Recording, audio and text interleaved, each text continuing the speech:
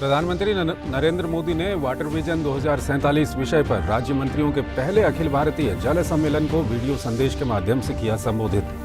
कहा, जल संरक्षण के लिए राज्यों के प्रयास देश के सामूहिक लक्ष्यों को प्राप्त करने में होंगे बहुत सहायक।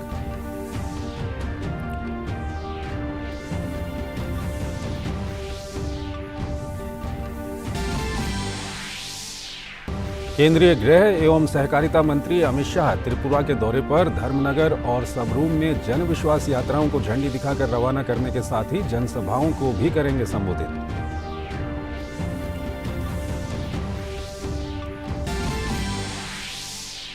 रक्षा मंत्री राजनाथ सिंह आज से अंडमान और निकोबार द्वीप समूह की 2 दिवसीय यात्रा पर। रक्षा मंत्री अंडमान और निकोबार कमांड मुख्यालय का दौरा करने के साथ ही सैनिकों के साथ करेंगे बातचीत।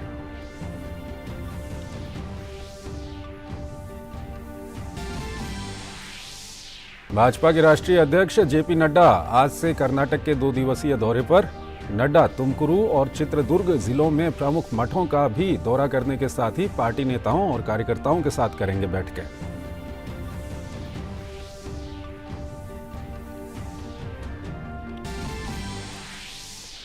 घने कोहरे और शीतलहर की चपेट में समूचा उत्तर भारत। दिल्ली में मौसम का सबसे सर्द दिन रहा।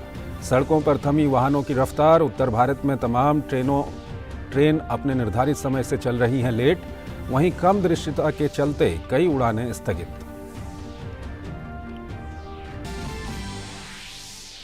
और खेल की खबरों में भारत और श्रीलंका के बीच दूसरा T20 मैच आज शाम पुणे में होगा शुरू। मुंबई में खेले गए पहले मैच में भारतीय टीम ने 2 रन से जीत दर्ज कर सीरीज में बना ली है 1-0 की बढ़त।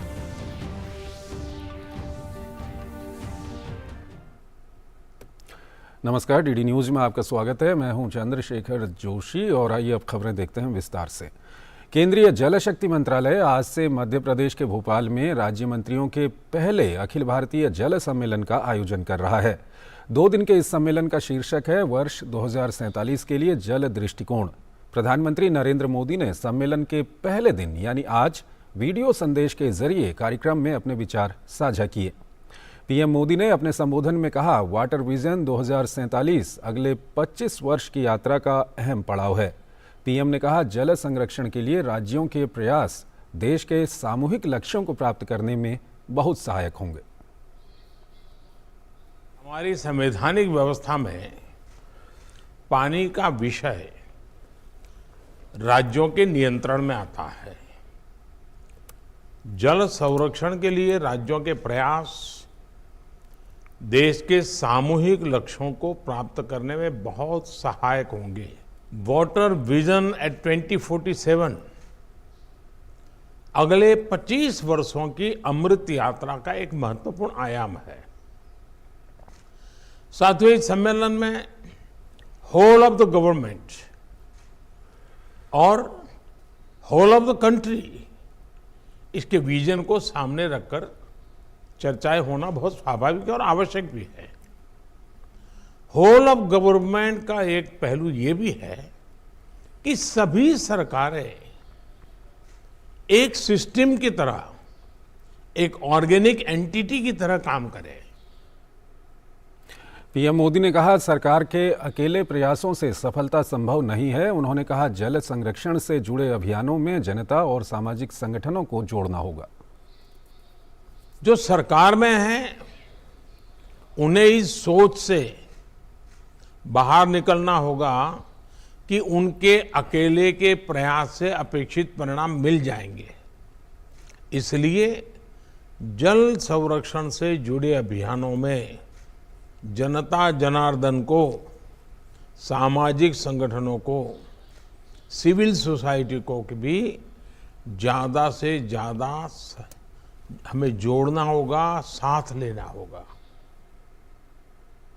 केंद्रीय गृह मंत्री अमित शाह आज से त्रिपुरा के दौरे पर हैं। अपने दौरे पर अमित शाह आज सबसे पहले धर्मनगर में राज्य भाजपा की जन विश्वास यात्रा को हरी झंडी दिखाएंगे। जिसके बाद वो धर्मनगर में ही एक जनसभा को संबोधित करेंगे।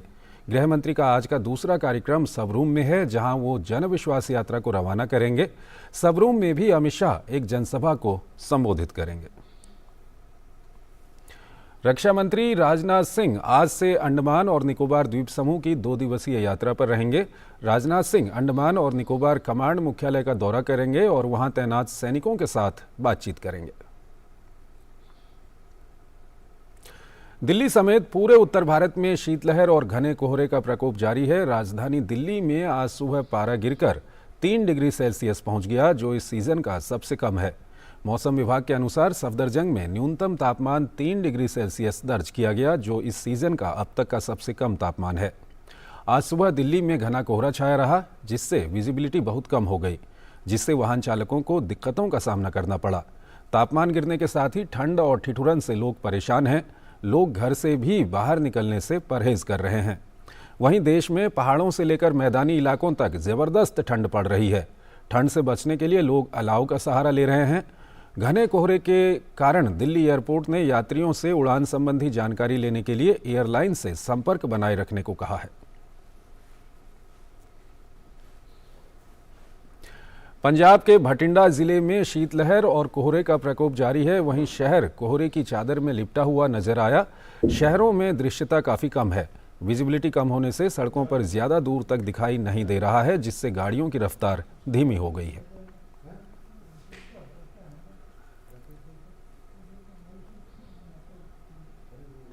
वहीं हरियाणा के अंबाला में भी आज सुबह घना कोहरा छाया रहा। कोहरे की वजह से विजिबिलिटी कम हुई है, जिससे लोगों को आवाजाही में काफ़ी दिक्कतों का सामना करना पड़ रहा है।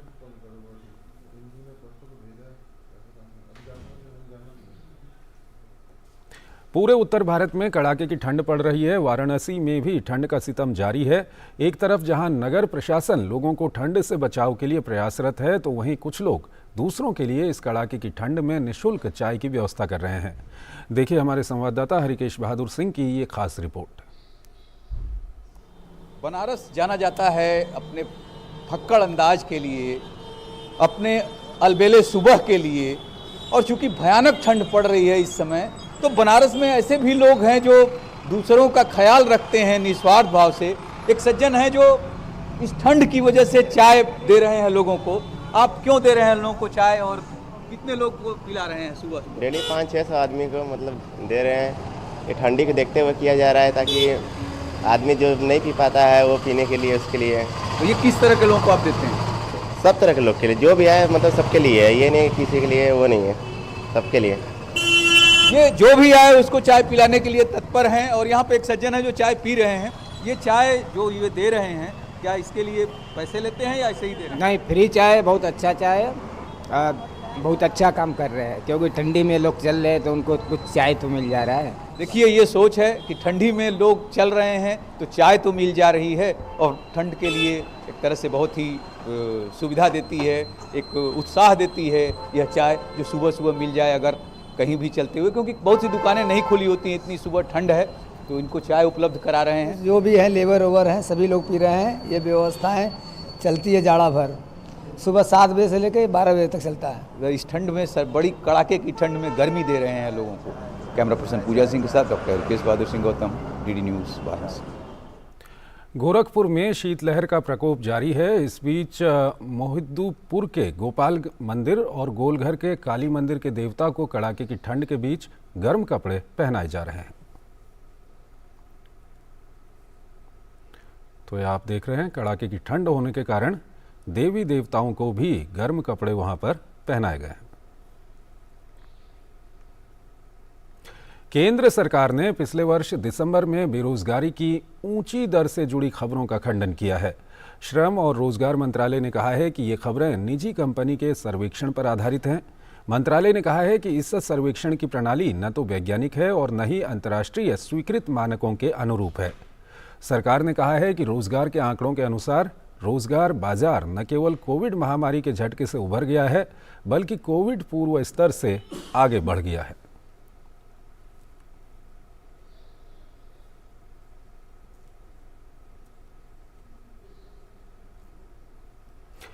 उत्तराखंड के चमोली जिले के जोशीमठ में जमीन धंसने के मामले बढ़ते ही जा रहे हैं। जोशीमठ में 561 घरों में दरारें आ गई हैं और अब मारवाड़ी के जेपी कॉलोनी में भूमिगत पानी का रिसाव हो रहा है। जमीन धंसने से घरों, सड़कों में दरारें आने और जगह जगह से पानी की धार निकलने की घटनाएं सामने आई हैं, जिससे पूरे नगर में दहशत फैल गई है। गौरतलब है कि मारवाड़ी में पिछले कई महीनों से भूस्खलन की घटनाएं सामने आ रही हैं।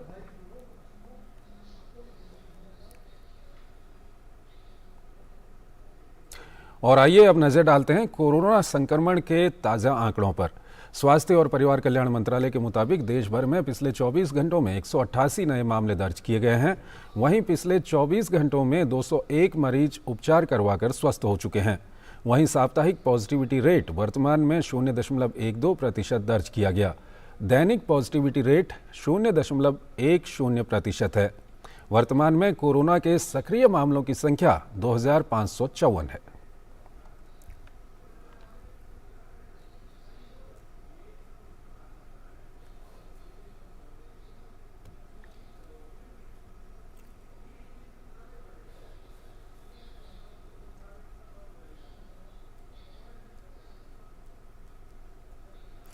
राष्ट्रव्यापी कोरोना रोधी टीकाकरण अभियान सफलतापूर्वक जारी है। राष्ट्रव्यापी टीकाकरण अभियान के तहत देश में अब तक 220 करोड़ 12 लाख से अधिक टीकों की खुराक दी जा चुकी है। पिछले 24 घंटे में कुल 61,828 टीके लगाए गए हैं। वहीं अब तक 22 करोड़ 42 लाख एहतियाती टीके लगाए जा चुके हैं। टीकाकरण अभियान देश में लोगों की कोविड से सुरक्षा का एक महत्वपूर्ण माध्यम है और इसकी उच्च स्तर पर लगातार समीक्षा और निगरानी की जा रही है। प्रधानमंत्री के परीक्षा पे चर्चा कार्यक्रम के लिए छात्रों, शिक्षकों और अभिभावकों में जबरदस्त उत्साह देखा जा रहा है। आगामी 27 जनवरी को होने वाले इस संवाद कार्यक्रम के लिए करीब 38,80,000 छात्रों, शिक्षकों और अभिभावकों ने पंजीकरण कराया है। हरियाणा के मेवात में भी इस कार्यक्रम को लेकर खासा उत्साह देखा जा रहा है। ये खास रिपोर्ट देखिए। हरियाणा के मेवात के रहने वाले व्योमेश को साल 2020 में परीक्षा पे चर्चा कार्यक्रम के तीसरे संस्करण में शामिल होने का मौका मिला। व्योमेश खुश हैं कि प्रधानमंत्री के इस कार्यक्रम में शामिल होने से उसे परीक्षा के तनाव को दूर करने में तो मदद मिली ही, साथ ही उसके जीवन में भी इसके बाद सकारात्मक बदलाव आए और सपनों को नई उड़ान मिली। जब हम प्रधानमंत्री से मिलकर वापस आए तो एक मोटिवेशन तो आया कि मिलके आए हैं किसी बड़े सज्जन से और उनकी बातों को हमने गौर से सुना भी और उन्होंने बताया कि परीक्षा का स्ट्रेस नहीं रहना चाहिए, उसको एंजॉय के साथ वो करनी चाहिए। उसके बाद मेरी ज़िंदगी में मतलब बहुत बदलाव आए कि एक तो ये हुआ है कि मैंने जो भी 10th के बाद अपने जितने भी मतलब कोचिंग्स के लिए जो भी गवर्नमेंट की स्कीम्स होती हैं उनमें अप्लाई किया तो उनमें मेरा ज़्यादातर में सिलेक्शन हो चुका है। मेवात के बच्चे अब जिस तरह से उनका मैंने उत्साह देखा है, जिस तरह से पढ़ाई में रुचि दिखाई है, अब ये लगा लीजिए 2 बच्चे नहीं, अब आप दर्जनों की बात कीजिए जो IAS, PCS, हमारे हरियाणा हाई कोर्ट में, सुप्रीम कोर्ट में जजेस बनेंगे। अब मेवात ने एक झंडा गाड़ दिया है और वो झंडा तरक्की का झंडा है और ये प्रधानमंत्री मोदी जी के प्रोग्राम की वजह से, उनके आशीर्वाद की वजह से हुए। आगामी 27 जनवरी को होने वाले परीक्षा पे चर्चा कार्यक्रम के लिए देश भर के छात्रों, शिक्षकों और अभिभावकों में जबरदस्त उत्साह देखने को मिल रहा है और वो इस कार्यक्रम के जरिए प्रधानमंत्री को सुनने का बेसब्री से इंतजार कर रहे हैं। परीक्षा पे चर्चा का जो एक कार्यक्रम है बहुत ही जबरदस्त और फायदेमंद कार्यक्रम। अभी तक हमने इसमें देखा है पिछले सालों से जैसे ये लगातार हो रहा है तो बहुत सारे बच्चों को जो एक फियर था, फोबिया था एग्जाम का, बहुत हद तक इस पर बच्चों ने ओवरकम किया। इवन हम टीचर्स जो हैं उन्होंने भी इस बात को सीखा है कि हम बच्चों को किस तरह से, उनके पेरेंट्स को किस तरह से डील करें। परीक्षा पे चर्चा कार्यक्रम के लिए इस साल रिकॉर्ड संख्या में छात्रों, शिक्षकों और अभिभावकों ने पंजीकरण कराया है। परीक्षा पे चर्चा 2023 के लिए करीब 38,80,000 प्रतिभागियों ने पंजीकरण किया है, जो पिछले साल के मुकाबले 2 गुने से भी अधिक है। पंजीकरण कराने वालों में छात्रों की संख्या 31,24,000, शिक्षकों की संख्या 5,60,000, जबकि अभिभावकों की संख्या 1,95,000 है। 150 से अधिक देशों के छात्रों और 50 से अधिक देशों के शिक्षकों और अभिभावकों ने इस साल परीक्षा पे चर्चा कार्यक्रम के लिए पंजीकरण कराया है। गौरतलब है कि परीक्षा पे चर्चा प्रधानमंत्री का सबसे पसंदीदा कार्यक्रम है, जिसके जरिए वो देश भर के छात्रों के साथ रूबरू होते हैं और उन्हें परीक्षा के तनाव से निपटने के गुर बताते हैं। निशांत सौरभ के साथ ब्यूरो रिपोर्ट, डीडी न्यूज। प्रधानमंत्री के परीक्षा पे चर्चा कार्यक्रम के लिए छात्रों, शिक्षकों और अभिभावकों में जबरदस्त उत्साह देखा जा रहा है। आगामी 27 जनवरी को होने वाले इस संवाद कार्यक्रम के लिए करीब अब तक लाखों छात्रों, शिक्षकों और अभिभावकों ने पंजीकरण कराया है। परीक्षा पे चर्चा 2023 में जो भी विद्यार्थी इच्छुक हों वो अपने सवाल पूछ सकते हैं। आप अपने सवाल ddnews.ppc@gmail.com पर 10 जनवरी तक भेज दें। इनमें से कुछ चुनिंदा सवालों को तालकटोरा स्टेडियम में 27 जनवरी को होने वाले मुख्य कार्यक्रम के दौरान शामिल किया जा सकता है। आपके सवाल HD फॉर्मेट में होने चाहिए। कुलगाम में जम्मू कश्मीर के सबसे बड़े पुल का निर्माण अंतिम चरण में है। इसका उद्घाटन अगले महीने होगा। ये पुल अगले महीने यात्रियों के लिए खोल दिया जाएगा। इस पुल की लागत 32 करोड़ है, जो 18 महीने में पूरा हुआ है। इससे स्थानीय लोगों को अपनी दैनिक जीवन में काफ़ी राहत मिलेगी, क्योंकि ये एक डबल लेन पुल है। ये दक्षिण कश्मीर के कुलगाम जिले के कई गांवों को जोड़ेगा।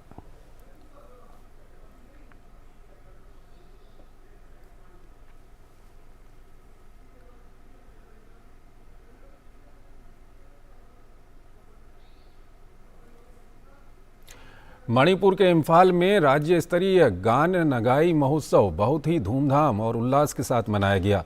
गान नगाई त्योहार मणिपुर के प्रमुख त्योहारों में से एक है, जो हर साल फसल कटाई के बाद मनाया जाता है। गान नगाई महोत्सव काबुई नागाओं और जेलियाग्रोंग नागाओं के लिए महत्वपूर्ण है। ये त्योहार जेलियाग्रोंग नागा समुदायों की विशिष्ट पहचान को दर्शाता है।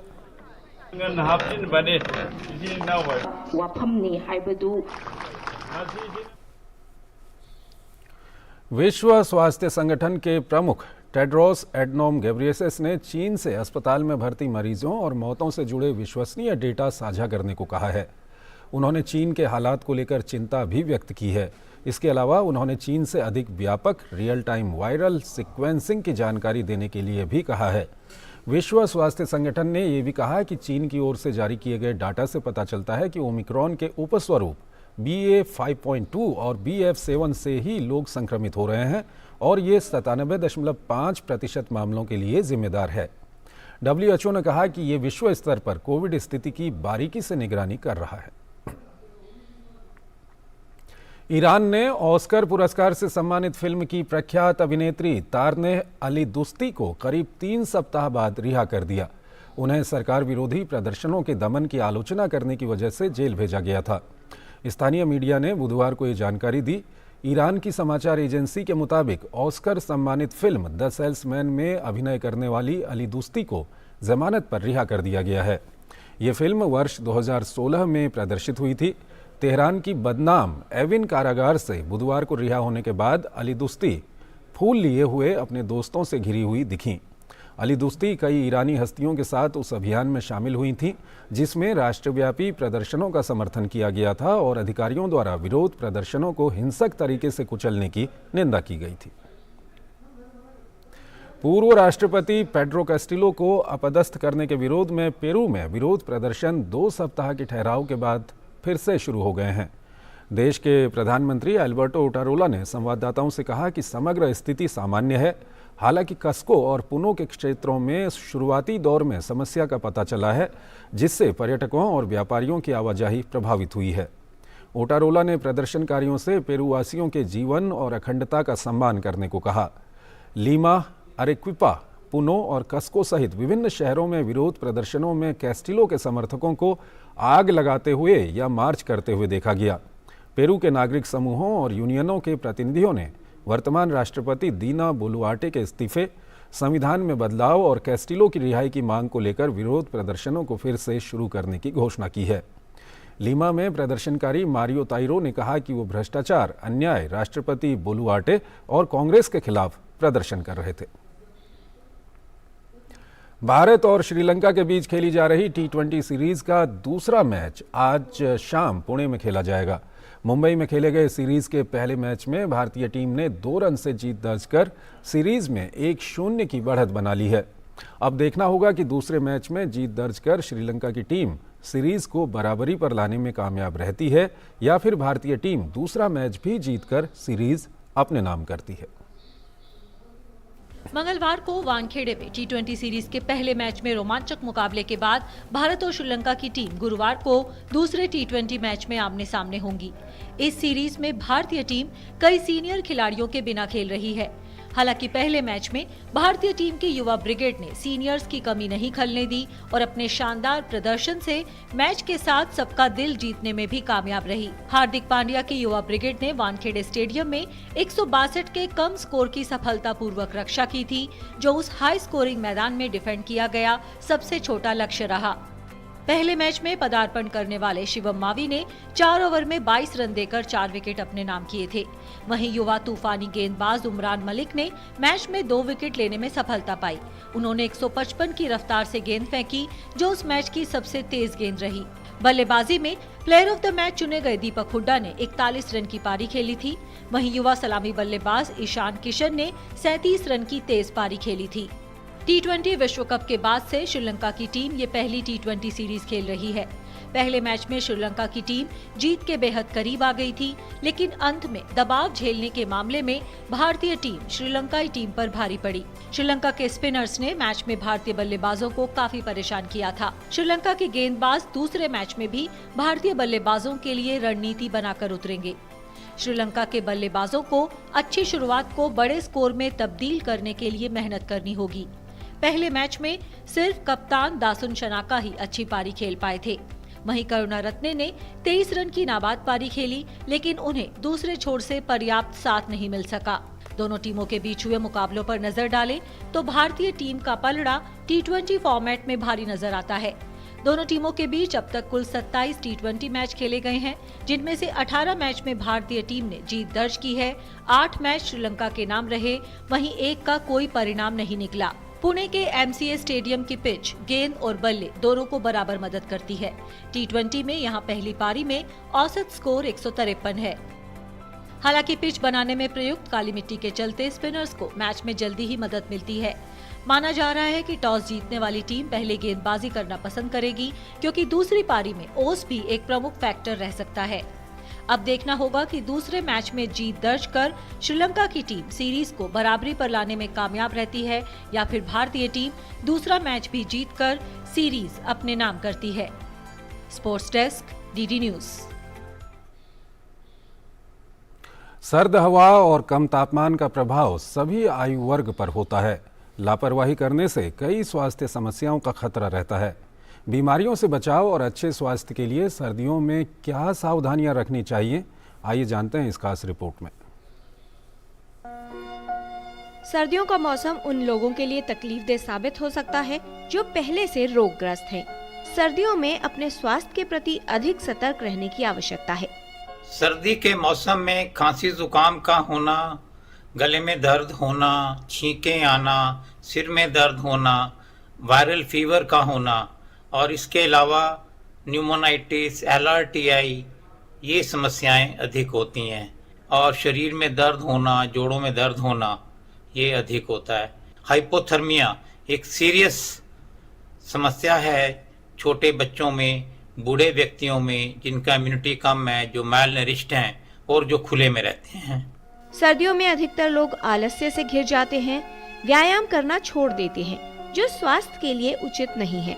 सर्दियों के मौसम में खान पान का विशेष ध्यान रखने की आवश्यकता है, साथ ही अधिक सतर्क रहना भी जरूरी हो जाता है। हमें कुछ एक सावधानियां रखनी चाहिए, जैसे कि सडन चेंज ऑफ टेम्परेचर से अपने आप को बचाना चाहिए। एकदम गर्म वातावरण से ठंड में ना जाएं।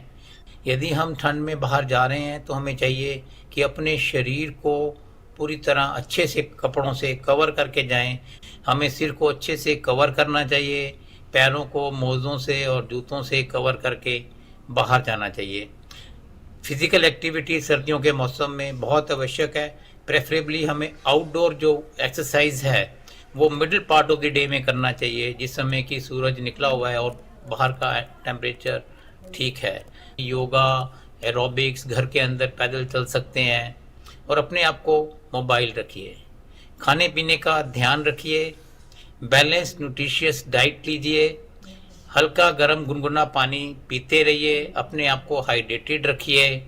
दमा रोगी, आर्थराइटिस से प्रभावित लोग या फिर हृदय रोगियों को इस मौसम में अपने स्वास्थ्य की विशेष देखभाल करने की आवश्यकता होती है। बचाव के लिए साफ सफाई का ध्यान रखें और सर्दियों में स्वस्थ रहने के लिए अपने स्वास्थ्य की अधिक देखभाल करें। सतर्क हो जाएं, जिससे सर्दियों के मौसम में आपको रोग प्रभावित न करें और आप स्वस्थ रह सकें। किरण भारद्वाज, डीडी न्यूज। तो इस बुलेटिन में फिलहाल इतना ही। आप बने रहिए डीडी न्यूज के साथ। नमस्कार।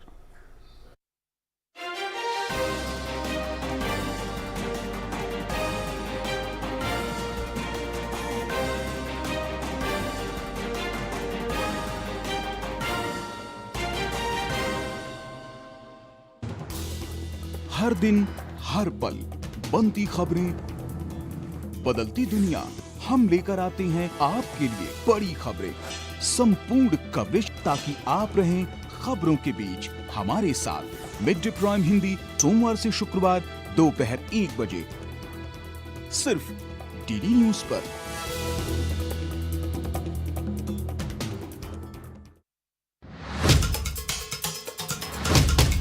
मकसद हो बुलंद लोकतंत्र की आवाज, जज्बा तमाशे का शोर नहीं, जनहित पर हो जोर, मुद्दा जो तय करता हो देश की दिशा, सवाल वही जिनसे जुड़ा हो जन सरोकार। देखिए 5 की पंचायत मेरे साथ सोमवार से शुक्रवार शाम 5 बजे सिर्फ डीडी न्यूज पर।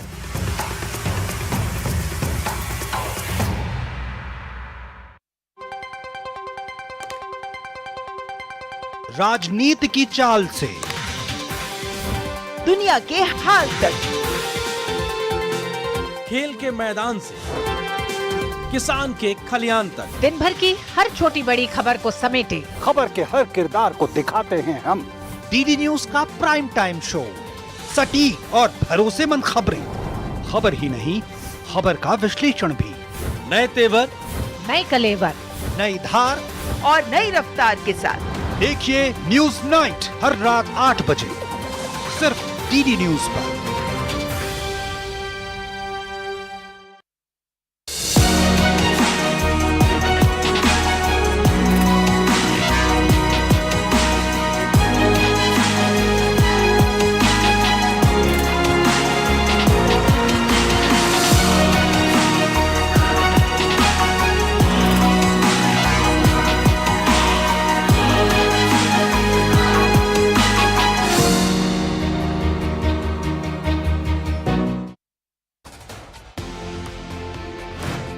ये बहुत गर्व की बात है कि G20 की लीडरशिप भारत को मिली है। ये पहली बार है भारत के डिप्लोमेटिक हिस्ट्री में कि भारत एक एजेंडा सेट कर रहा है। अगर आम व्यक्ति की प्रोग्रेस करनी है, 133 देश में डिजिटल पेमेंट नहीं है, अगर ये सब करना है तो सबको मिल के काम करना पड़ेगा। G20 की हर एक खबर देश के अलग अलग शहरों से हर पल डीडी न्यूज पर।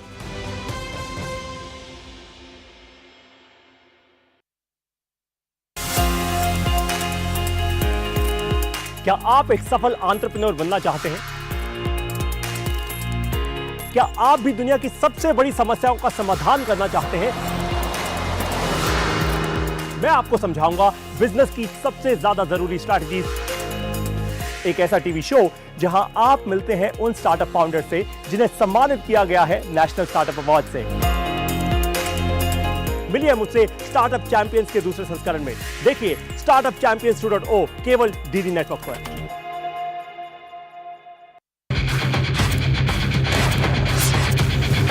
खबर आ रही है। ब्रेकिंग न्यूज की रेस से हटकर हम लेकर आते हैं आपके लिए सार्थक, सकारात्मक और प्रेरणादायी खबरें। खबरें सिर्फ हाथ से नहीं होते, खबरें अच्छी भी होती हैं जो देती है हौसला, बढ़ाती है आत्मविश्वास। मुश्किल वक्त में भी जब लोगों ने दिखाया कुछ कर गुजरने का जज्बा, हम लेकर आते हैं अपने इस खास कार्यक्रम में आम लोगों के जज्बे की कहानियाँ। देखिए मेरे साथ गुड न्यूज जज्बा इंडिया का।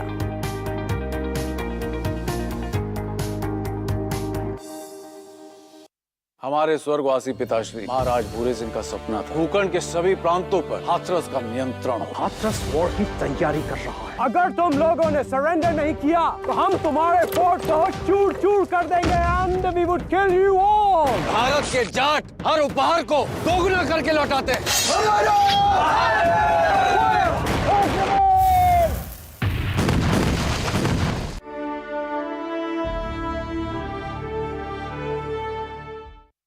देख रहे हैं, मैं हूं अशोक किरवा। कोई फैक्ट चेकर नहीं चाहता है कि राज्य मुसलमानों आज छड़ियों सांप्रदायिक। आसान नहीं होता सच के लिए लड़ना। जिसकी आवाज कोई नहीं बनेगा उसकी आवाज हम बनेंगे। जो डर जाते हैं वो झूठ से कहां टकराते हैं। जो गरीब के स्कूल में, गरीब के स्वास्थ्य के लिए खर्च होना चाहिए, वो लूट कर इन्होंने अमीर ठेकेदारों को दे दिया।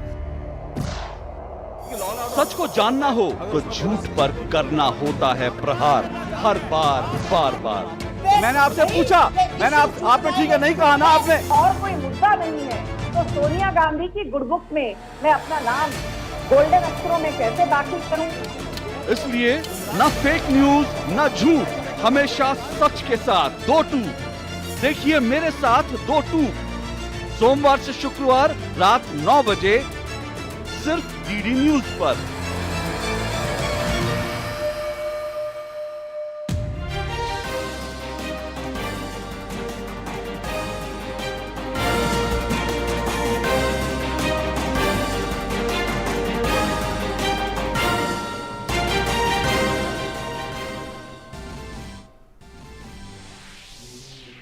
प्रधानमंत्री नरेंद्र मोदी ने वाटर विजन 2047 विषय पर राज्य मंत्रियों के पहले अखिल भारतीय जल सम्मेलन को वीडियो संदेश के माध्यम से किया संबोधित। कहा, जल संरक्षण के लिए राज्यों के प्रयास देश के सामूहिक लक्ष्यों को प्राप्त करने में होंगे बहुत सहायक।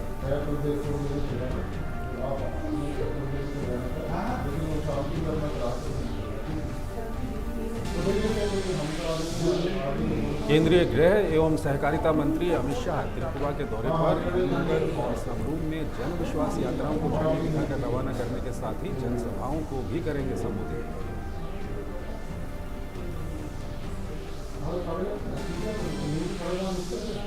रक्षा मंत्री राजनाथ सिंह आज से अंडमान और निकोबार द्वीप समूह की 2 दिवसीय यात्रा पर। रक्षा मंत्री अंडमान और निकोबार कमांड मुख्यालय का दौरा करने के साथ करेंगे बातचीत के साथ।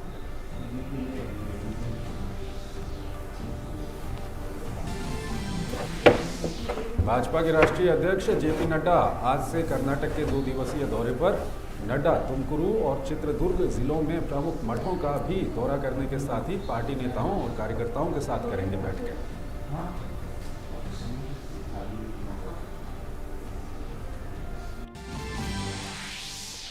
घने कोहरे और शीतलहर की चपेट में समूचा उत्तर भारत। दिल्ली में मौसम का सबसे सर्द दिन रहा। सड़कों पर थमी वाहनों की रफ्तार। उत्तर भारत में तमाम ट्रेन अपने निर्धारित समय से चल रही हैं लेट। वहीं कम दृश्यता के चलते कई उड़ानें स्थगित।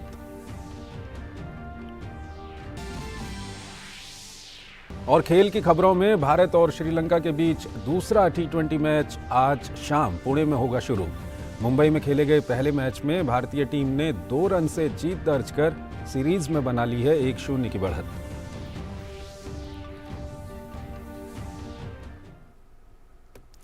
नमस्कार, डीडी न्यूज में आपका स्वागत है। मैं हूं चंद्रशेखर जोशी और आइए अब खबरें देखते हैं विस्तार से। केंद्रीय जल शक्ति मंत्रालय आज से मध्य प्रदेश के भोपाल में राज्य मंत्रियों के पहले अखिल भारतीय जल सम्मेलन का आयोजन कर रहा है। 2 दिन के इस सम्मेलन का शीर्षक है वर्ष 2047 के लिए जल दृष्टिकोण। प्रधानमंत्री नरेंद्र मोदी ने सम्मेलन के पहले दिन यानी आज वीडियो संदेश के जरिए कार्यक्रम में अपने विचार साझा किए। पीएम मोदी ने अपने संबोधन में कहा, वाटर विजन 2047 अगले 25 वर्ष की यात्रा का अहम पड़ाव है। पीएम ने कहा, जल संरक्षण के लिए राज्यों के प्रयास देश के सामूहिक लक्ष्यों को प्राप्त करने में बहुत सहायक होंगे। हमारी संवैधानिक व्यवस्था में पानी का विषय राज्यों के नियंत्रण में आता है। जल संरक्षण के लिए राज्यों के प्रयास देश के सामूहिक लक्ष्यों को प्राप्त करने में बहुत सहायक होंगे। वाटर विजन एट 2047 अगले 25 वर्षों की अमृत यात्रा का एक महत्वपूर्ण आयाम है। साथियों, इस सम्मेलन में होल ऑफ द गवर्नमेंट और होल ऑफ द कंट्री, इसके विजन को सामने रखकर चर्चाएं होना बहुत स्वाभाविक और आवश्यक भी है। होल ऑफ गवर्नमेंट का एक पहलू ये भी है कि सभी सरकारें एक सिस्टम की तरह, एक ऑर्गेनिक एंटिटी की तरह काम करें। पीएम मोदी ने कहा, सरकार के अकेले प्रयासों से सफलता संभव नहीं है। उन्होंने कहा, जल संरक्षण से जुड़े अभियानों में जनता और सामाजिक संगठनों को जोड़ना होगा। जो सरकार में हैं, उन्हें इस सोच से बाहर निकलना होगा कि उनके अकेले के प्रयास से अपेक्षित परिणाम मिल जाएंगे। इसलिए जल संरक्षण से जुड़े अभियानों में जनता जनार्दन को, सामाजिक संगठनों को, सिविल सोसाइटी को भी ज़्यादा से ज़्यादा हमें जोड़ना होगा, साथ लेना होगा। केंद्रीय गृह मंत्री अमित शाह आज से त्रिपुरा के दौरे पर हैं। अपने दौरे पर अमित शाह आज सबसे पहले धर्मनगर में राज्य भाजपा की जन विश्वास यात्रा को हरी झंडी दिखाएंगे, जिसके बाद वो धर्मनगर में ही एक जनसभा को संबोधित करेंगे। गृह मंत्री का आज का दूसरा कार्यक्रम सबरूम में है, जहां वो जन विश्वास यात्रा को रवाना करेंगे। सबरूम में भी अमित शाह एक जनसभा को संबोधित करेंगे। रक्षा मंत्री राजनाथ सिंह आज से अंडमान और निकोबार द्वीप समूह की 2 दिवसीय यात्रा पर रहेंगे। राजनाथ सिंह अंडमान और निकोबार कमांड मुख्यालय का दौरा करेंगे और वहां तैनात सैनिकों के साथ बातचीत करेंगे। दिल्ली समेत पूरे उत्तर भारत में शीतलहर और घने कोहरे का प्रकोप जारी है। राजधानी दिल्ली में आज सुबह पारा गिरकर 3 डिग्री सेल्सियस पहुंच गया, जो इस सीजन का सबसे कम है। मौसम विभाग के अनुसार सफदरजंग में न्यूनतम तापमान 3 डिग्री सेल्सियस दर्ज किया गया, जो इस सीजन का अब तक का सबसे कम तापमान है। आज सुबह दिल्ली में घना कोहरा छाया रहा, जिससे विजिबिलिटी बहुत कम हो गई, जिससे वाहन चालकों को दिक्कतों का सामना करना पड़ा। तापमान गिरने के साथ ही ठंड और ठिठुरन से लोग परेशान हैं। लोग घर से भी बाहर निकलने से परहेज कर रहे हैं। वहीं देश में पहाड़ों से लेकर मैदानी इलाकों तक जबरदस्त ठंड पड़ रही है। ठंड से बचने के लिए लोग अलाव का सहारा ले रहे हैं। घने कोहरे के कारण दिल्ली एयरपोर्ट ने यात्रियों से उड़ान संबंधी जानकारी लेने के लिए एयरलाइन से संपर्क बनाए रखने को कहा है। पंजाब के भटिंडा जिले में शीतलहर और कोहरे का प्रकोप जारी है। वहीं शहर कोहरे की चादर में लिपटा हुआ नजर आया। शहरों में दृश्यता काफी कम है। विजिबिलिटी कम होने से सड़कों पर ज्यादा दूर तक दिखाई नहीं दे रहा है, जिससे गाड़ियों की रफ्तार धीमी हो गई है।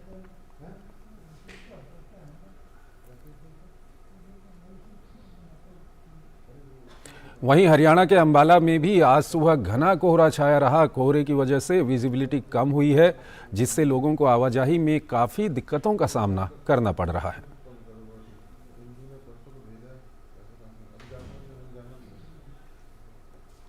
पूरे उत्तर भारत में कड़ाके की ठंड पड़ रही है। वाराणसी में भी ठंड का सितम जारी है। एक तरफ जहां नगर प्रशासन लोगों को ठंड से बचाव के लिए प्रयासरत है, तो वहीं कुछ लोग दूसरों के लिए इस कड़ाके की ठंड में निःशुल्क चाय की व्यवस्था कर रहे हैं। देखिए हमारे संवाददाता हरिकेश बहादुर सिंह की ये खास रिपोर्ट। बनारस जाना जाता है अपने फक्कड़ अंदाज के लिए, अपने अलबेले सुबह के लिए, और चूंकि भयानक ठंड पड़ रही है इस समय, तो बनारस में ऐसे भी लोग हैं जो दूसरों का ख्याल रखते हैं निस्वार्थ भाव से। एक सज्जन है जो इस ठंड की वजह से चाय दे रहे हैं लोगों को। आप क्यों दे रहे हैं लोगों को चाय, और कितने लोग को पिला रहे हैं सुबह सुबह? डेली 5-6 आदमी को मतलब दे रहे हैं। ये ठंडी को देखते हुए किया जा रहा है, ताकि आदमी जो नहीं पी पाता है वो पीने के लिए, उसके लिए। तो ये किस तरह के लोगों को आप देते हैं? सब तरह के लोग के लिए, जो भी आए मतलब सबके लिए है। ये नहीं किसी के लिए वो नहीं है, सबके लिए। ये जो भी आए उसको चाय पिलाने के लिए तत्पर हैं। और यहाँ पे एक सज्जन है जो चाय पी रहे हैं। ये चाय जो ये दे रहे हैं, क्या इसके लिए पैसे लेते हैं या ऐसे ही दे रहे हैं? नहीं, फ्री चाय, बहुत अच्छा चाय है। बहुत अच्छा काम कर रहे हैं, क्योंकि ठंडी में लोग चल रहे हैं तो उनको कुछ चाय तो मिल जा रहा है। देखिए, ये सोच है कि ठंडी में लोग चल रहे हैं तो चाय तो मिल जा रही है और ठंड के लिए एक तरह से बहुत ही सुविधा देती है, एक उत्साह देती है यह चाय, जो सुबह सुबह मिल जाए अगर कहीं भी चलते हुए, क्योंकि बहुत सी दुकानें नहीं खुली होती हैं, इतनी सुबह ठंड है, तो इनको चाय उपलब्ध करा रहे हैं। जो भी है लेबर ओवर है, सभी लोग पी रहे हैं। ये व्यवस्था है, चलती है जाड़ा भर, सुबह 7 बजे से लेकर 12 बजे तक चलता है। इस ठंड में सर बड़ी कड़ाके की ठंड में गर्मी दे रहे हैं लोगों को। कैमरा पर्सन पूजा सिंह के साथ डॉक्टर केश बहादुर सिंह गौतम, डीडी न्यूज़ वाराणसी। गोरखपुर में शीतलहर का प्रकोप जारी है। इस बीच मोहिद्दुपुर के गोपाल मंदिर और गोलघर के काली मंदिर के देवता को कड़ाके की ठंड के बीच गर्म कपड़े पहनाए जा रहे हैं। तो ये आप देख रहे हैं, कड़ाके की ठंड होने के कारण देवी देवताओं को भी गर्म कपड़े वहां पर पहनाए गए हैं। केंद्र सरकार ने पिछले वर्ष दिसंबर में बेरोजगारी की ऊंची दर से जुड़ी खबरों का खंडन किया है। श्रम और रोजगार मंत्रालय ने कहा है कि ये खबरें निजी कंपनी के सर्वेक्षण पर आधारित हैं। मंत्रालय ने कहा है कि इस सर्वेक्षण की प्रणाली न तो वैज्ञानिक है और न ही अंतर्राष्ट्रीय स्वीकृत मानकों के अनुरूप है। सरकार ने कहा है कि रोजगार के आंकड़ों के अनुसार रोजगार बाजार न केवल कोविड महामारी के झटके से उभर गया है, बल्कि कोविड पूर्व स्तर से आगे बढ़ गया है।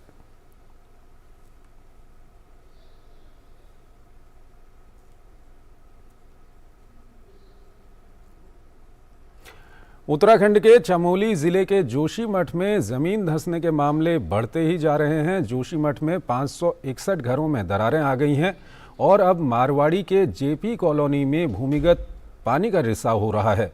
जमीन धंसने से घरों, सड़कों में दरारें आने और जगह जगह से पानी की धार निकलने की घटनाएं सामने आई हैं, जिससे पूरे नगर में दहशत फैल गई है।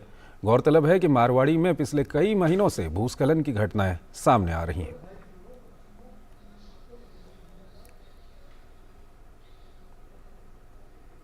और आइए अब नजर डालते हैं कोरोना संक्रमण के ताज़ा आंकड़ों पर। स्वास्थ्य और परिवार कल्याण मंत्रालय के मुताबिक देश भर में पिछले 24 घंटों में 188 नए मामले दर्ज किए गए हैं। वहीं पिछले 24 घंटों में 201 मरीज उपचार करवाकर स्वस्थ हो चुके हैं। वहीं साप्ताहिक पॉजिटिविटी रेट वर्तमान में 0.12% दर्ज किया गया। दैनिक पॉजिटिविटी रेट 0.10% है। वर्तमान में कोरोना के सक्रिय मामलों की संख्या 2554 है।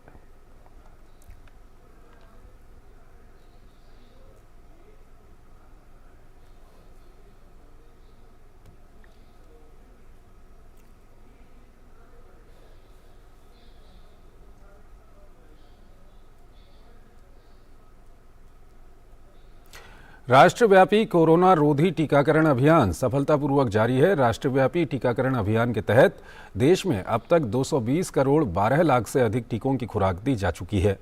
पिछले 24 घंटे में कुल 61,828 टीके लगाए गए हैं। वहीं अब तक 22 करोड़ 42 लाख एहतियाती टीके लगाए जा चुके हैं।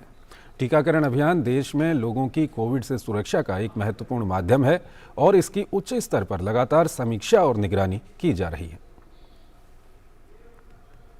प्रधानमंत्री के परीक्षा पे चर्चा कार्यक्रम के लिए छात्रों, शिक्षकों और अभिभावकों में जबरदस्त उत्साह देखा जा रहा है। आगामी 27 जनवरी को होने वाले इस संवाद कार्यक्रम के लिए करीब 38,80,000 छात्रों, शिक्षकों और अभिभावकों ने पंजीकरण कराया है। हरियाणा के मेवात में भी इस कार्यक्रम को लेकर खासा उत्साह देखा जा रहा है। ये खास रिपोर्ट देखिए। हरियाणा के मेवात के रहने वाले व्योमेश को साल 2020 में परीक्षा पे चर्चा कार्यक्रम के तीसरे संस्करण में शामिल होने का मौका मिला। व्योमेश खुश हैं कि प्रधानमंत्री के इस कार्यक्रम में शामिल होने से उसे परीक्षा के तनाव को दूर करने में तो मदद मिली ही, साथ ही उसके जीवन में भी इसके बाद सकारात्मक बदलाव आए और सपनों को नई उड़ान मिली। जब हम प्रधानमंत्री से मिलकर वापस आए तो एक मोटिवेशन तो आया कि मिलकर आए हैं किसी बड़े सज्जन से, और उनकी बातों को हमने गौर से सुना भी, और उन्होंने बताया कि परीक्षा का स्ट्रेस नहीं लेना चाहिए, उसको एंजॉय के साथ वो करनी चाहिए। उसके बाद मेरी ज़िंदगी में मतलब बहुत बदलाव आए हैं कि एक तो ये हुआ है कि मैंने जो भी 10th के बाद अपने जितने भी मतलब कोचिंग्स के लिए जो भी गवर्नमेंट की वो स्कीम्स होती हैं उनमें अप्लाई किया, तो उनमें मेरा ज़्यादातर में सिलेक्शन हो चुका है। मेवात के बच्चे अब जिस तरह से उनका मैंने उत्साह देखा है, जिस तरह से पढ़ाई में रुचि दिखाई है, अब ये लगा लीजिए 2 बच्चे नहीं, अब आप दर्जनों की बात कीजिए जो IAS, PCS, हमारे हरियाणा हाई कोर्ट में, सुप्रीम कोर्ट में जजेस बनेंगे। अब मेवात ने एक झंडा गाड़ दिया है और वो झंडा तरक्की का झंडा है और ये प्रधानमंत्री मोदी जी के प्रोग्राम की वजह से, उनके आशीर्वाद की वजह से हुए। आगामी 27 जनवरी को होने वाले परीक्षा पे चर्चा कार्यक्रम के लिए देश भर के छात्रों, शिक्षकों और अभिभावकों में जबरदस्त उत्साह देखने को मिल रहा है और वो इस कार्यक्रम के जरिए प्रधानमंत्री को सुनने का बेसब्री से इंतजार कर रहे हैं। परीक्षा पे चर्चा का जो एक कार्यक्रम है, बहुत ही जबरदस्त और फायदेमंद कार्यक्रम। अभी तक हमने इसमें देखा है, पिछले सालों से जैसे ये लगातार हो रहा है, तो बहुत सारे बच्चों को जो एक फियर था, फोबिया था एग्जाम का, बहुत हद तक इस पर बच्चों ने ओवरकम किया। इवन हम टीचर्स जो हैं, उन्होंने भी इस बात को सीखा है कि हम बच्चों को किस तरह से, उनके पेरेंट्स को किस तरह से डील करें। परीक्षा पे चर्चा कार्यक्रम के लिए इस साल रिकॉर्ड संख्या में छात्रों, शिक्षकों और अभिभावकों ने पंजीकरण कराया है। परीक्षा पे चर्चा 2023 के लिए करीब 38,80,000 प्रतिभागियों ने पंजीकरण किया है, जो पिछले साल के मुकाबले 2 गुने से भी अधिक है। पंजीकरण कराने वालों में छात्रों की संख्या 31,24,000, शिक्षकों की संख्या 5,60,000, जबकि अभिभावकों की संख्या 1,95,000 है। 150 से अधिक देशों के छात्रों और 50 से अधिक देशों के शिक्षकों और अभिभावकों ने इस साल परीक्षा पे चर्चा कार्यक्रम के लिए पंजीकरण कराया है। गौरतलब है कि परीक्षा पे चर्चा प्रधानमंत्री का सबसे पसंदीदा कार्यक्रम है, जिसके जरिए वो देश भर के छात्रों के साथ रूबरू होते हैं और उन्हें परीक्षा के तनाव से निपटने के गुर बताते हैं। निशांत सौरभ के साथ ब्यूरो रिपोर्ट, DD न्यूज। प्रधानमंत्री के परीक्षा पे चर्चा कार्यक्रम के लिए छात्रों, शिक्षकों और अभिभावकों में जबरदस्त उत्साह देखा जा रहा है। आगामी 27 जनवरी को होने वाले इस संवाद कार्यक्रम के लिए करीब अब तक लाखों छात्रों, शिक्षकों और अभिभावकों ने पंजीकरण कराया है। परीक्षा पे चर्चा 2023 में जो भी विद्यार्थी इच्छुक हों वो अपने सवाल पूछ सकते हैं। आप अपने सवाल ddnews.ppc@gmail.com पर 10 जनवरी तक भेज दें। इनमें से कुछ चुनिंदा सवालों को तालकटोरा स्टेडियम में 27 जनवरी को होने वाले मुख्य कार्यक्रम के दौरान शामिल किया जा सकता है। आपके सवाल HD फॉर्मेट में होने चाहिए। कुलगाम में जम्मू कश्मीर के सबसे बड़े पुल का निर्माण अंतिम चरण में है। इसका उद्घाटन अगले महीने होगा। ये पुल अगले महीने यात्रियों के लिए खोल दिया जाएगा। इस पुल की लागत 32 करोड़ है, जो 18 महीने में पूरा हुआ है। इससे स्थानीय लोगों को अपनी दैनिक जीवन में काफ़ी राहत मिलेगी, क्योंकि ये एक डबल लेन पुल है। ये दक्षिण कश्मीर के कुलगाम जिले के कई गांवों को जोड़ेगा।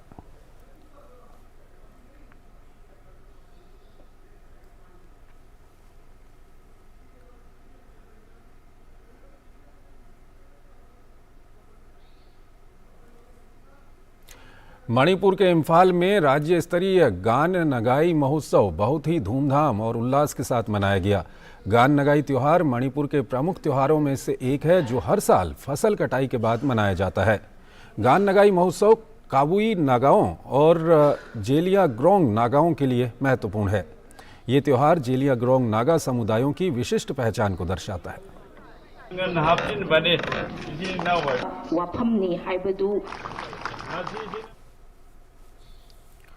विश्व स्वास्थ्य संगठन के प्रमुख टेड्रोस एडनोम घेब्रेयेसस ने चीन से अस्पताल में भर्ती मरीजों और मौतों से जुड़े विश्वसनीय डेटा साझा करने को कहा है। उन्होंने चीन के हालात को लेकर चिंता भी व्यक्त की है। इसके अलावा उन्होंने चीन से अधिक व्यापक रियल टाइम वायरल सीक्वेंसिंग की जानकारी देने के लिए भी कहा है।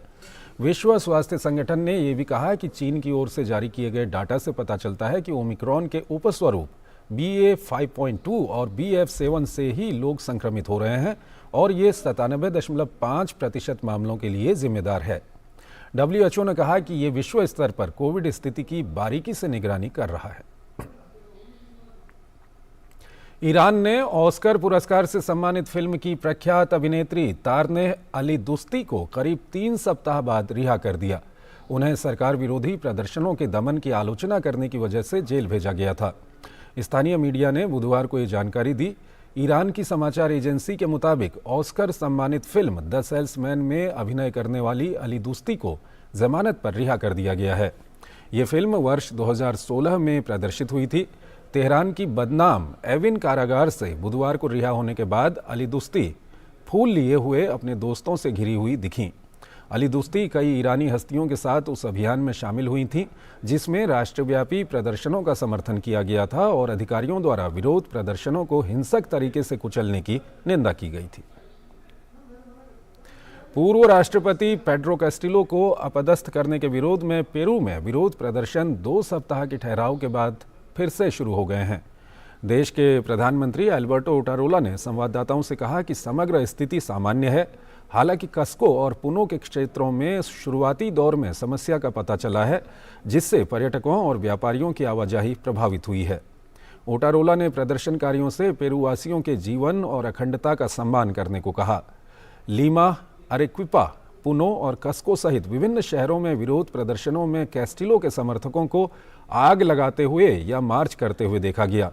पेरू के नागरिक समूहों और यूनियनों के प्रतिनिधियों ने वर्तमान राष्ट्रपति दीना बोलुआर्टे के इस्तीफे, संविधान में बदलाव और कैस्टिलो की रिहाई की मांग को लेकर विरोध प्रदर्शनों को फिर से शुरू करने की घोषणा की है।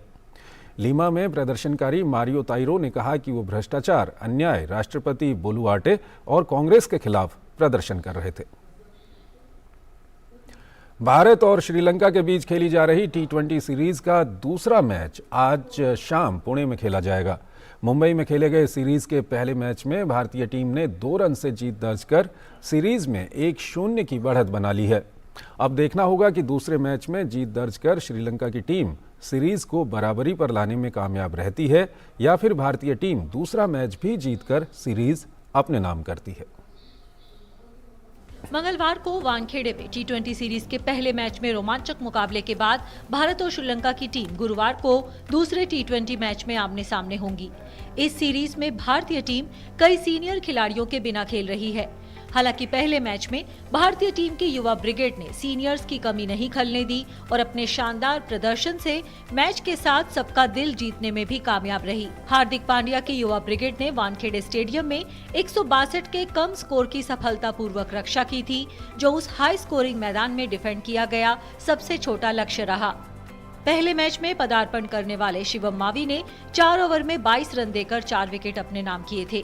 वहीं युवा तूफानी गेंदबाज उमरान मलिक ने मैच में 2 विकेट लेने में सफलता पाई। उन्होंने 155 की रफ्तार से गेंद फेंकी, जो उस मैच की सबसे तेज गेंद रही। बल्लेबाजी में प्लेयर ऑफ द मैच चुने गए दीपक हुड्डा ने 41 रन की पारी खेली थी। वहीं युवा सलामी बल्लेबाज ईशान किशन ने 37 रन की तेज पारी खेली थी। T20 विश्व कप के बाद से श्रीलंका की टीम ये पहली T20 सीरीज खेल रही है।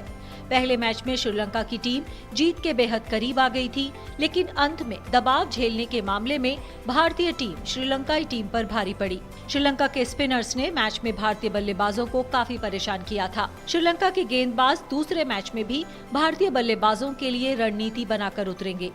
श्रीलंका के बल्लेबाजों को अच्छी शुरुआत को बड़े स्कोर में तब्दील करने के लिए मेहनत करनी होगी। पहले मैच में सिर्फ कप्तान दासुन शनाका ही अच्छी पारी खेल पाए थे।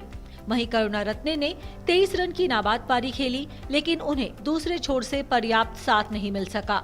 दोनों टीमों के बीच हुए मुकाबलों पर नजर डालें तो भारतीय टीम का पलड़ा T20 फॉर्मेट में भारी नजर आता है। दोनों टीमों के बीच अब तक कुल 27 T20 मैच खेले गए हैं, जिनमें से 18 मैच में भारतीय टीम ने जीत दर्ज की है। 8 मैच श्रीलंका के नाम रहे, वहीं एक का कोई परिणाम नहीं निकला। पुणे के MCA स्टेडियम की पिच गेंद और बल्ले दोनों को बराबर मदद करती है। T20 में यहां पहली पारी में औसत स्कोर 153 है। हालांकि पिच बनाने में प्रयुक्त काली मिट्टी के चलते स्पिनर्स को मैच में जल्दी ही मदद मिलती है। माना जा रहा है कि टॉस जीतने वाली टीम पहले गेंदबाजी करना पसंद करेगी, क्योंकि दूसरी पारी में ओस भी एक प्रमुख फैक्टर रह सकता है। अब देखना होगा कि दूसरे मैच में जीत दर्ज कर श्रीलंका की टीम सीरीज को बराबरी पर लाने में कामयाब रहती है या फिर भारतीय टीम दूसरा मैच भी जीतकर सीरीज अपने नाम करती है। Sports desk, DD news. सर्द हवा और कम तापमान का प्रभाव सभी आयु वर्ग पर होता है। लापरवाही करने से कई स्वास्थ्य समस्याओं का खतरा रहता है। बीमारियों से बचाव और अच्छे स्वास्थ्य के लिए सर्दियों में क्या सावधानियां रखनी चाहिए, आइए जानते हैं इस खास रिपोर्ट में। सर्दियों का मौसम उन लोगों के लिए तकलीफदेह साबित हो सकता है जो पहले से रोगग्रस्त हैं। सर्दियों में अपने स्वास्थ्य के प्रति अधिक सतर्क रहने की आवश्यकता है। सर्दी के मौसम में खांसी जुकाम का होना, गले में दर्द होना, छींकें आना, सिर में दर्द होना, वायरल फीवर का होना और इसके अलावा न्यूमोनाइटिस, एलआरटीआई ये समस्याएं अधिक होती हैं और शरीर में दर्द होना, जोड़ों में दर्द होना ये अधिक होता है। हाइपोथर्मिया एक सीरियस समस्या है छोटे बच्चों में, बूढ़े व्यक्तियों में जिनका इम्यूनिटी कम है, जो मैल नरिश्ड हैं और जो खुले में रहते हैं। सर्दियों में अधिकतर लोग आलस्य से घिर जाते हैं, व्यायाम करना छोड़ देते हैं, जो स्वास्थ्य के लिए उचित नहीं है। सर्दियों के मौसम में खान पान का विशेष ध्यान रखने की आवश्यकता है, साथ ही अधिक सतर्क रहना भी जरूरी हो जाता है। हमें कुछ एक सावधानियां रखनी चाहिए, जैसे कि सडन चेंज ऑफ टेम्परेचर से अपने आप को बचाना चाहिए। एकदम गर्म वातावरण से ठंड में ना जाएं। यदि हम ठंड में बाहर जा रहे हैं तो हमें चाहिए कि अपने शरीर को पूरी तरह अच्छे से कपड़ों से कवर करके जाएं। हमें सिर को अच्छे से कवर करना चाहिए, पैरों को मोज़ों से और जूतों से कवर करके बाहर जाना चाहिए। फिजिकल एक्टिविटी सर्दियों के मौसम में बहुत आवश्यक है। प्रेफरेबली हमें आउटडोर जो एक्सरसाइज है वो middle part of the day में करना चाहिए, जिस समय कि सूरज निकला हुआ है और बाहर का टेम्परेचर ठीक है। योगा, एरोबिक्स, घर के अंदर पैदल चल सकते हैं और अपने आप को मोबाइल रखिए।